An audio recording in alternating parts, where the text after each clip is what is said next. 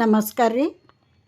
ದಿನ ಸಾಂಬಾರು ಉಂಡು ಬೇಜಾರಾಗಿದ್ರೆ, ಸಾಂಬಾರು ಮಾಡಿ ಬೇಜಾರಾಗಿದ್ರೆ, ಬ್ಯಾಚುಲರ್ಸ್ ಇದ್ರೆ, ಯಾರಾದರೂ ಡ್ಯೂಟಿಗೆ ಹೋಗೋರಿದ್ರೆ ಅವಸರದಾಗ 5 ನಿಮಿಷದಾಗ ಪಟ್ಟಂತ ಇಂಥ ಗೊಜ್ಜು ಮಾಡ್ಕೊರಿ. ಇವತ್ತೊಂದು ಗೊಜ್ಜು ಇದ್ದು ಬಿಟ್ರೆ ಬಿಸಿ ಬಿಸಿ ಅನ್ನಕ್ಕೆ ಮೇಲೆ ತುಪ್ಪ ಹಾಕ್ಕೊಂಡು ಈ ಗೊಜ್ಜು ಹಾಕ್ಕೊಂಡು ಉಂಡ್ಬಿಟ್ರೆ ಅಮೃತಕ್ಕೆ ಸಮ ನೋಡ್ರಿ. ಅಷ್ಟೊಂದು ಟೇಸ್ಟಿಯಾಗಿ ಬರ್ತೈತಿ. ಇದು ಮಾಡೋದು ಹೆಂಗೆ ಅಂತ ಹೇಳ್ತೀನಿ. ಇಲ್ಲಿ ಒಂದು 2 ಮೀಡಿಯಮ್ ಈರುಳ್ಳಿ ತೊಗೊಂಡು ತೆಳ್ಳಗೆ ಉದ್ದಕ್ಕೆ ಹೆಚ್ಚಿಕೊಂಡಿನಿ. ಈ 2 ಈರುಳ್ಳಿನೂ ಹೆಚ್ಚಿದಂಥವು ಎಣ್ಣೆಯೊಳಗೆ ಹಾಕಿ ಚಲೋ ಹೊತ್ತಂಗೆ ಫ್ರೈ ಮಾಡಬೇಕು. ಹಸಿ ಸ್ಮೆಲ್ ಹೋಗಬೇಕು, ಕಲರ್ ಚೇಂಜ್ ಆಗಬೇಕು, ಅಲ್ಲಿವರೆಗೆ ಫ್ರೈ ಮಾಡಬೇಕು.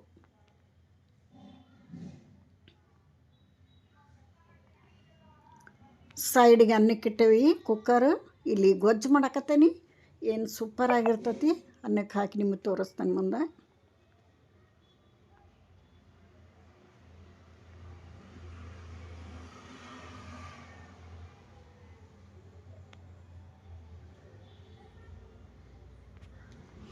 ನೋಡಿರಿ, ಈ ಥರ ಆಗಬೇಕು. ಕಲರ್ ಚೇಂಜ್ ಆಗಬೇಕು, ಹಸಿ ಸ್ಮೆಲ್ ಹೋಗಬೇಕು. ಇಷ್ಟಾದ್ರೆ ಸಾಕು. ಇದನ್ನೊಂದು ಪ್ಲೇಟಿಗೆ ತಕ್ಕೊಳ್ಳೋಣ.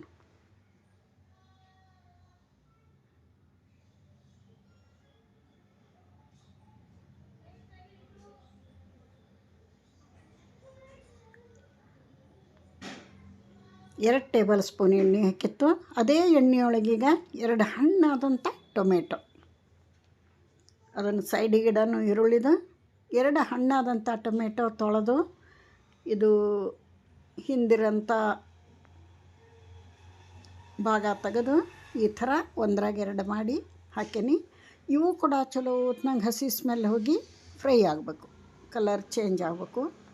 ಅಲ್ಲಿವರೆಗೆ ಫ್ರೈ ಮಾಡ್ಕೊಳೋಣ.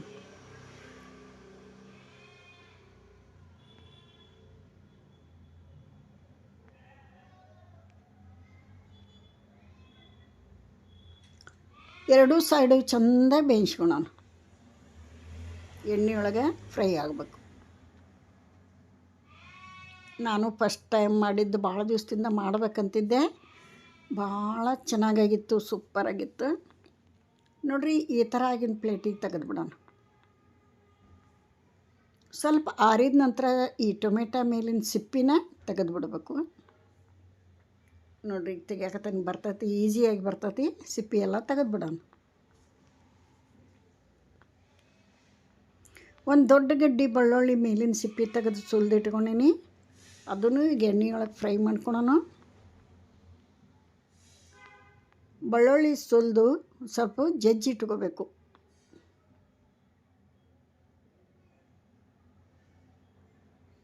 ಎಲ್ಲ ಟೊಮೆಟೊ ಪೀಸ್ಗಳ ಮೇಲಿನ ಸಿಪ್ಪೆ ತೆಗೆದೆ.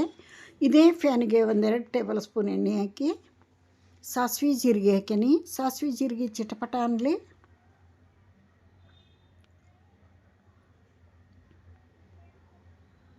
ಒಂದು ಕಡ್ಡಿ ಕರಿಬೇವು ಸಣ್ಣಗೆ ಮುರಿದು ಹಾಕೋಣ ಕೈಲೇ.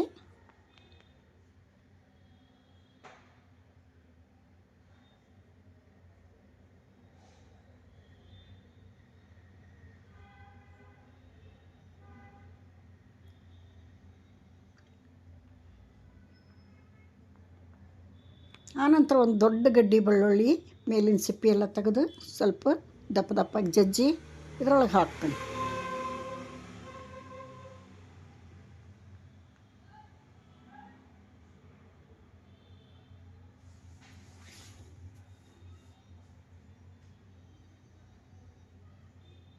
ಬೆಳ್ಳುಳ್ಳಿ ಭಾಳ ಇರಲಿ, ಭಾಳ ರುಚಿ ಕೊಡ್ತೈತಿ ಇದು ಬೆಳ್ಳುಳ್ಳಿ. ಇದು ಕೂಡ ಹಸಿ ಸ್ಮೆಲ್ ಹೋಗಿ ಕಲರ್ ಚೇಂಜ್ ಆಗಬೇಕು, ಚೆಂದಾಗಿ ಫ್ರೈ ಆಗಬೇಕು.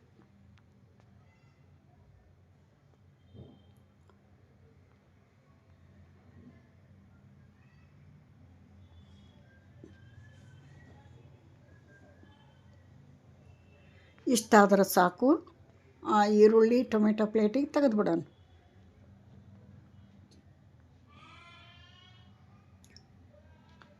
ಆನಂತರ ಒಂದು ಹಿಡಿ ಕೊತ್ತಂಬರಿನ ತೊಳೆದು ಸಣ್ಣಗೆ ಹೆಚ್ಚಿಟ್ಕೊಂಡೀನಿ. ಅದನ್ನು ಇದಕ್ಕೆ ಹಾಕೋಣ. ಖಾರ ಪುಡಿ ಹಾಕೋಣ. ರುಚಿಗೆ ತಕ್ಕಷ್ಟು ಖಾರ ಪುಡಿ, ರುಚಿಗೆ ತಕ್ಕಷ್ಟು ಉಪ್ಪು. ಯಾರೆಲ್ಲ ವಿಡಿಯೋ ನೋಡತ್ತೀರಿ, ಇಷ್ಟ ಆದರೆ ಲೈಕ್ ಕೊಡ್ರಿ, ಹೊಸಬ್ರು ಯಾರು ನೋಡ್ತಿದ್ರೆ ಪ್ಲೀಸ್ ಸಬ್ಸ್ಕ್ರೈಬ್ ಮಾಡ್ಕೊಂಡು ವಿಡಿಯೋ ನೋಡಿರಿ. ಇದನ್ನು ಸ್ವಲ್ಪ ಆರಿದ ನಂತರ ಚಲೋ ಹೊತ್ನಂಗೆ ಇದನ್ನು ಕೈಲಿ ಕಿವಿಚಿ ಬಿಡಬೇಕು.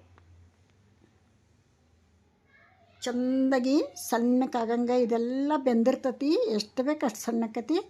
ಕೈಲೇ ಚಲೋ ಹೊತ್ನಂಗೆ ಮಿಕ್ಸ್ ಮಾಡಿ ಕಿವುಚಿ ಬಿಟ್ರೆ ಇದು ಗೊಜ್ಜು ರೆಡಿ ಆಗ್ತದೆ. ಉಪ್ಪು ಹಾಕಿದ್ದಿಲ್ಲ, ಉಪ್ಪು ಹಾಕಿ ಈಗ ಇದನ್ನು ಕಿವುಚಿ ಬಿಡೋಣ. ಬಿಸಿ ಬಿಸಿ ಅನ್ನಕ್ಕೆ ಒಂದು 4 ತುತ್ತು ಅನ್ನ ಜಾಸ್ತಿ ಹೋಗ್ತೈತೆ ನೋಡಿರಿ. ಇನ್ನೂ ಬೇಕು ಅನ್ನಿಸ್ತೈತೆ ಅನ್ನ. ಅಷ್ಟು ಸೂಪರಾಗಿ ಬಂದಿರ್ತಿದ್ದು. ಈ ಥರ ಕಿವುಚಬೇಕು.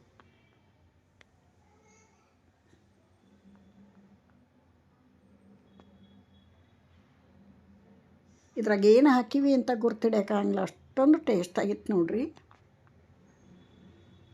ಪೂರ್ತಿ ಒಂದು ಸ್ವಲ್ಪ ಟೈಮ್ ಹಿಡಿತೈತಿ ಕಿವುಚಕ. ಈ ಥರ ಆಗೈತೆ ನೋಡಿರಿ. ಏನು ಸೂಪರಾಗಿ ಬಂದೈತಿ. ಒಂದು ಬೌಲಿಗೆ ತೆಗಿಯೋನು. ಈಗ ಒಂದು ಪ್ಲೇಟಿಗೆ ಬಿಸಿ ಬಿಸಿ ಅನ್ನ ಸರ್ವ್ ಮಾಡಿ ಮೇಲೆ ಈ ಗೊಜ್ಜು ಹಾಕ್ಕೊಂಡು ನಿಮಗೆ ತೋರಿಸ್ತೇನೆ. ಒಂದು ಸಲ ಟ್ರೈ ಮಾಡಿರಿ, ಮಸ್ತ್ ಇರ್ತತಿ.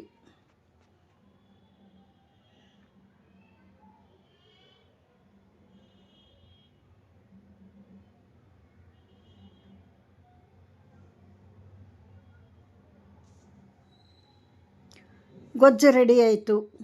ಅನ್ನನೂ ರೆಡಿ ಆಗೈತಿ. ಸೈಡಿಗೆ ಕುಕ್ಕರ್ ಇಟ್ಟಿದ್ವಿ. ಎರಡೂ ಒಂದೇ ಸರಿಗಾಗೈತಿ.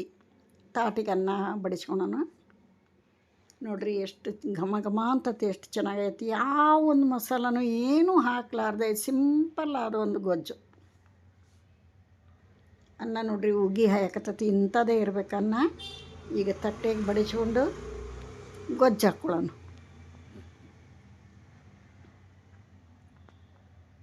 ಬಿಸಿ ಅನ್ನ, ಈ ಗೊಜ್ಜು ಮೇಲೆ ತುಪ್ಪ, ಇನ್ನೇನು ಬೇಕ್ರಿ.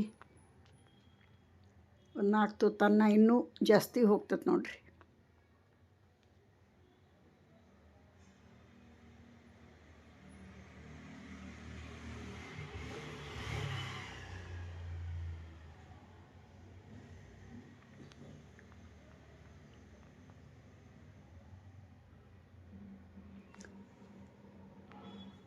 ಒಂದು ಸ್ಪೂನ್ ತುಪ್ಪ ಹಾಕ್ಕೊಂಬಿಟ್ರೆ ಬರ್ರಿ ಬಿಸಿ ಅನ್ನ, ಗೊಜ್ಜು, ತುಪ್ಪ ಊಟ ಮಾಡೋದೇ ಈಗ.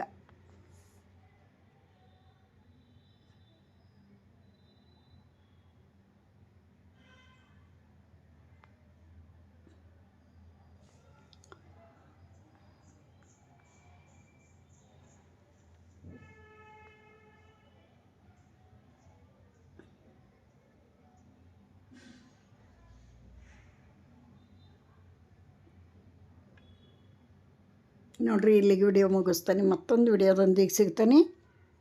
ಎಲ್ಲರಿಗೂ ನಮಸ್ಕಾರ.